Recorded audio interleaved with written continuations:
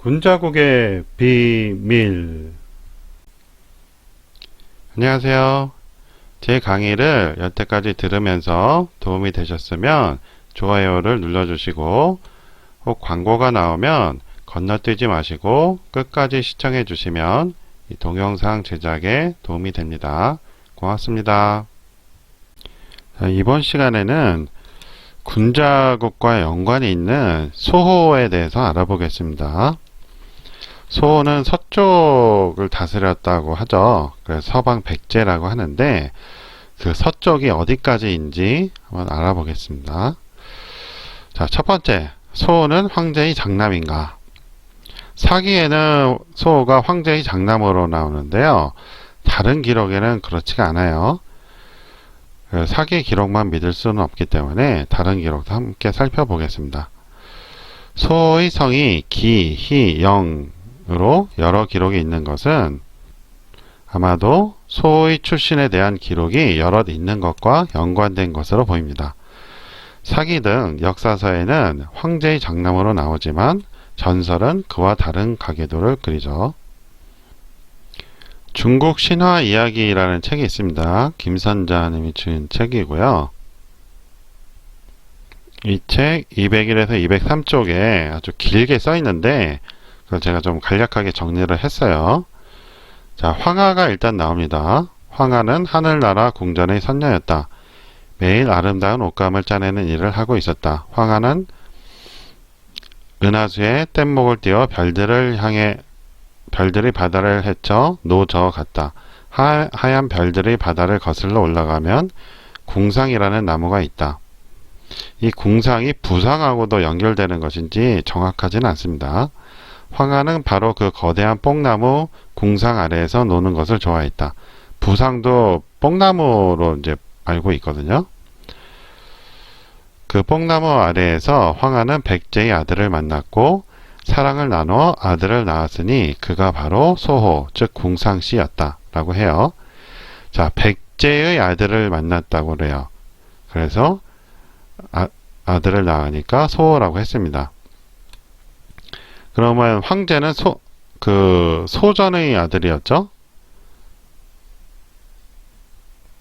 그러니까 안 맞는 거예요. 여기는 그 백제의 아들이고 그 황제는 소전의 아들이고 그래서 두 개가 안 맞는데 이게 문제는 또 소금천씨를 우리가 백제라고 하는데 이미 백제가 있었던 거예요. 소의 할아버지죠. 지금 할아버지가 이미 백제였었어요. 그렇죠? 그러니까 소는 이미 출신 자체가 백제, 그 서방 백제 쪽이란 말이에요. 이게 어디 나오냐면 그 수뷰기라는 데 나와요. 그거를 이제 중국 신화 이야기에서 이렇게 이야기로 이제 풀어낸 거예요. 근데 문제가 황하는 또 황제하고도 연결이 되죠. 그러니까 옛날 이야기라 이게 시간이 지나면서 여러 이야기로 나뉜 것 같습니다. 자, 수뷰기에 누조가 아닌 황하가 소호를 낳았다고 합니다. 사기에는 누조가 황제의 그 정비인 누조가 그 소호를 낳았다고 하거든요. 자, 남편은 황제가 아닌 백제의 아들입니다. 소호는 방위별 오제설에서 서방 백제인데 조부가 이미 백제로 있었습니다. 이 기록대로라면 소호는 서해 바닷가의 궁상에서 태어났습니다. 수비기에는 이렇게 나와 있어요. 소호는 서방 금의 덕왕이다. 어머니는 황하인데 선궁에 살며 밤에는 배를 짰다. 지금 궁상이란 나무하고 부상이란 나무하고 둘 다 뽕나무인데 그걸 가지고 이제 비단을 만들었잖아요. 옛날에는 뭐 불과 수십 년 전까지만 해도 화학 섬유가 발달하기 전까지도 비단은 엄청난 그 고가의 천으로 그 귀족들이 주로 입었죠. 일반 평민들은 입을 수가 없어요. 이 비단 옷 입고는 작업을 못하죠. 자, 계속 해보겠습니다. 낮에는 작은 뗏목을 타고 물가에서 놀았다. 그녀가 뽕밭 옆 넓고 아득한 나루터를 지날 때 신동이 있었는데 용모가 아주 뛰어났다. 그는 백제의 아들이라 했다. 궁상은 서해 바닷가에 있다. 황하가 소호를 낳아서 궁상씨 또는 상구씨라 한다. 소호는 서방을 주관했다. 그래서 호를 금천씨라 한다. 이때 5색깔 봉황이 있었으니 오체조라고 나옵니다. 제의 정원에 모여들었다. 그래서 봉조씨라 한다. 여기서 제는 소호가 즉위한다음을 말을 하는 것으로 보여요. 그렇기 때문에 그 사기 오제 본기에는 소호가 빠져 있어요. 왜냐하면 소호는 서쪽으로 가서 제에 즉위했기 때문에 이 동쪽 군자국에 있었던 제는 오르지 못했거든요. 그래서 이제 사기 오제 본기에는 빠져 있는 거죠. 그런데 이 봉황이 그 군자국에 산다고 나오잖아요. 그렇기 때문에 소호가 동쪽으로 왔었던 것은 사실인 것 같아요. 그리고 여기서 서쪽 바닷가라고 하는데 이것은 지각 변동 전에 현재 중국 대륙 서쪽에 바다가 있었어요. 그래서 그거를 서해라고 하는 거예요. 반면 소호가 태어난 궁상이 서해 바닷가가 아닌 동쪽이라는 주장도 있습니다. 궁상이 서쪽인지 동쪽인지 진위 여부를 떠나서 소호가 성장기와 즉위 때는 동쪽에 있었고 나중에 서쪽으로 갔음은 분명합니다. 신화로 읽는 중국의 문화라는 책 김영권님이 지었고요. 이 책 39쪽에 이렇게 써 있어요. 제왕색이나 통지의 견해에 따라 소호가 읍을 궁상의 도를 곡부에 세웠다는 주장을 하면 소호가 고대 동방에 위치한 어떤 부족의 조상이라는 설이 성립되는데 그 이유는 궁상이 동방에 위치하고 있기 때문이다 라고 했어요. 수뷰기에서는 궁상은 서쪽 바닷가에 있다고 했는데 방금 여기서는 이제 궁상이 동쪽에 위치하고 있다고 설명을 하고 있죠. 이것은 아마도 그 동이가 서쪽으로 이주를 했잖아요. 그러면서 지명을 같이 가져갔거든요. 그래서 이 지명이 양쪽에 있는 것으로 보입니다. 소호는 구망이라는 아들을 두었는데 사기에는 구망이 황제의 둘째 아들인 창의의 후손이고 순임금의 조상으로 나와서 족보가 꼬여 있는 것인지 이름만 갖고 서로 다른 구망인지 알 수가 없습니다. 게다가 구망은 황제보다 1000몇백 년 전의 복희를 모시던 신하였다고 하니 시간대도 맞지 않습니다. 중국 신화 이야기에 이렇게 나와 있어요. 동방에 새들이 왕국을 세웠던 소호는 오랜 세월이 흐른 뒤 자신이 태어났던 서방의 고향으로 돌아가게 되었다. 지금 소호가 서방에서 태어났으니까 황제의 장남이다가 이제 성립이 안 된다는 식이죠. 이 이야기는. 다시 이야기로 돌아가세요. 고향으로 돌아갈 때 그는 아들 하나를 동방에 남겨두어 동방상제 복희의 보좌신이 되게 하였으니 그가 바로 남의 신 구망이다. 구망은 중이라고도 불렀다. 소호는 자신의 아들 해를 데리고 서쪽으로 떠났다. 소호의 아들 해는 나중에 금속의 신 욕수로 불리게 된다. 욕수와 함께 서쪽으로 가서 서방 천재가 된 소호는 서방 1만 2천리를 다스린다 라고 합니다. 그러니까 지금 복희하고 황제하고 시간대가 엄청나게 차이 나는데 지금 소호는 두 명한테 다 연결이 돼 있는 거예요. 그리고 소호의 아들인 구망도 역시 그 복희하고 연결되고 이러죠. 자, 군자국은 1만리라고 그랬죠? 근데 지금 소호는 1만 2천리, 서쪽 1만 2천리를 다스렸어요. 우리가 전에 그 세 개로 나눴다고 그랬잖아요. 그래서 중앙국이 군자국이라고 했죠. 그러니까 이 이야기가 어느 정도 이제 신빙성이 있는 거예요. 워낙 오래된 이야기라 인물들이 막 꼬이고 그러긴 해도 이런 것들이 이제 일치하는 것들이 있다는 거죠. 이런 전설을 무시할 수 없는 것이 회남자 시치군에도 구망과 태호가 나오기 때문입니다. 서쪽 1만 2천리는 소호가 다스렸고 동쪽 1만 2천리는 태호가 다스렸음을 알 수 있어 소호는 700년 전 황제보다 약 1400년 앞선 6000년 전 복귀 때의 인물일 가능성이 있습니다. 회남자 시치구는 이렇게 나와요. 나무의 땅으로 푸른 흙에 수목의 평야이다. 태호와 구멍이 다스렸던 곳으로 12,000리이다. 여기가 어디냐면 만주 하얼빈 쪽이에요. 그래서 이제 부산국이 원래 이쪽에 있다가 동쪽 황해 쪽으로 이동을 한 것으로 보여지고요. 그래서 이제 태호가 여기 태호라고 나오네요. 태호는 원래는 대왕조인데 나중에 이제 복희와 동일시 됩니다. 그래서 여기서는 이제 복희로 봐야 되고요. 그러니까 복희가 원래 있던 곳은 만주 쪽이라는 거죠. 그러다 이동해서 현재 중국 대륙 또는 산동반도 그쪽으로 간 것으로 보입니다. 그리고 이제 12,000리이기 때문에 어차피 다 한 구역에 속하죠. 군자국이 1만리라고 했는데 여기는 12,000리잖아요.